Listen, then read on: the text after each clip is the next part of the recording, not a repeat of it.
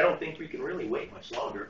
So, since there have been no new arrivals during the last half hour. You don't think, out of respect or something, we ought to wait a few more minutes? I certainly don't mind waiting a little longer, if no one else does, that is. Do you remember, Greg, last year at poor Bunny Atwater's memorial service? It was too grisly. 9 people turned up. 9!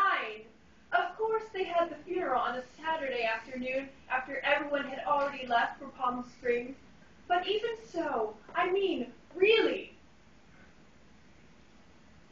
Oh, well, my dear George, I can appreciate and respect your desire to, make a good showing, attendance-wise, as possible.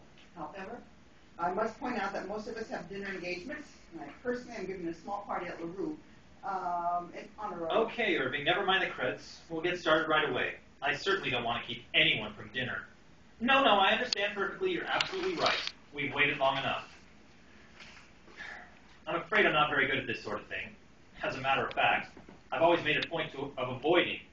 I mean, I haven't even been to a funeral since I was in high school, in 1936. The Latin teacher died and the whole class went, in a body, which seems sort of barbaric, really. Anyway, I want to thank you all here for coming out. I know that poor Charlie would have been, well, I don't know if he would have been gratified by the size of the gathering, but he would have been pleased to know that those who loved him most in life had gathered here to honor him in death. Greg Morris, his trusted attorney. Irving, his devoted agent. Mr. Schreiber, his faithful taxman. And I know he would have been honored by the presence of the lovely Mrs. Saltzman, Franny to all of us, who is here representing her husband, Mr. Harry Saltzman, head of Charlie's studio. Harry was all broken up about not being able to get here, but a lot of important exhibitors from Ohio are in meetings over the weekend. I understand perfectly.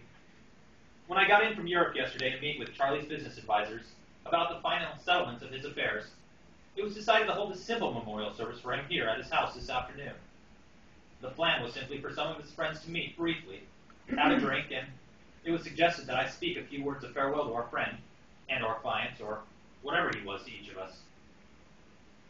This afternoon I sat for an hour or so at Charlie's typewriter, trying to compose a few suitable remarks.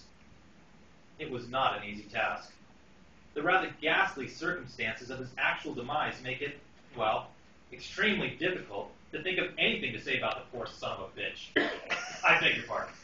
I know how difficult this must be for you, and I certainly do excuse the French. To borrow a phrase from Shakespeare, the evil that men do lives after them. The good is often interred with their bones. I think that's right. Unfortunately, Charlie's library does not seem to include any Shakespeare, so I quote from memory. In any case, I decided this afternoon to mention only the good things about our departed friend, and to that end I've compiled a list of, well, things to mention. First and foremost, of course, there was his still and now tragically never to be, fulfilled literary promise. I don't think any of us can forget his wonderful zest for life and good living. His superior knowledge of wines. I know that doesn't sound important. I guess actually it isn't. And then, of course, there was his superb backhand. We all remember at one time or another seeing Charlie in action on the tennis courts. I remember in particular one afternoon there was, as a matter of fact, a $1,000 bet on the match. And Charlie and Segura beat. But as Charlie himself used to say, it's not who wins that counts, it's how much you win. Then, too, there was his fearlessness on the ski slopes. We all recall, at least by hearsay, his gallant attempt to set his own leg, which later, fortunately, turned out to be only a minor sprain, which, of course, in no way diminishes his... And finally, I would like to say a word about his value to the hostesses of this community, as an extra man. And that in itself, as I'm sure Franny here would be the first to tell you, is no small thing. The number of presentable, unattached extra men who are also available on relatively short notice being rather limited, to say the least. Oh, the hell with it. Charlie was Charlie. What else can I tell you? Some of us loved him, some of us hated him, some of us loved and hated him both. Anyway, he's gone. And he went, to paraphrase Mr. Eliot, not with a whimper, but with a bang! Which, as I stop to think about it, is a rather unfortunate way of putting it. Well, I guess that's it. I'm sorry I wasn't more eloquent, but as I say, I'm not very good at this sort of thing. Well, I think you did it beautifully, dear boy. Oh, very touching. Very touching indeed. Very nice, George. Seriously.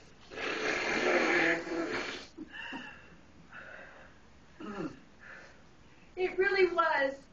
I hardly knew him at all, actually. I mean, as far as I was concerned, he was someone who worked for Harry, an employee, really, but one couldn't help running into him occasionally at parties and the tennis club, and of course he was at Gloucester's last Christmas while we were there. As I say, I hardly knew him, but he always seemed so wonderfully vital and alive. Oh! Now, please, Franny, here, take my handkerchief. She's so emotional. Overreacts to this sort of thing. You should have seen the way she carried on at Bunny Atwater's funeral. And she absolutely hated Bunny. You know you did. You said so a million. Oh, Greg, will you please just shut up? Thank you.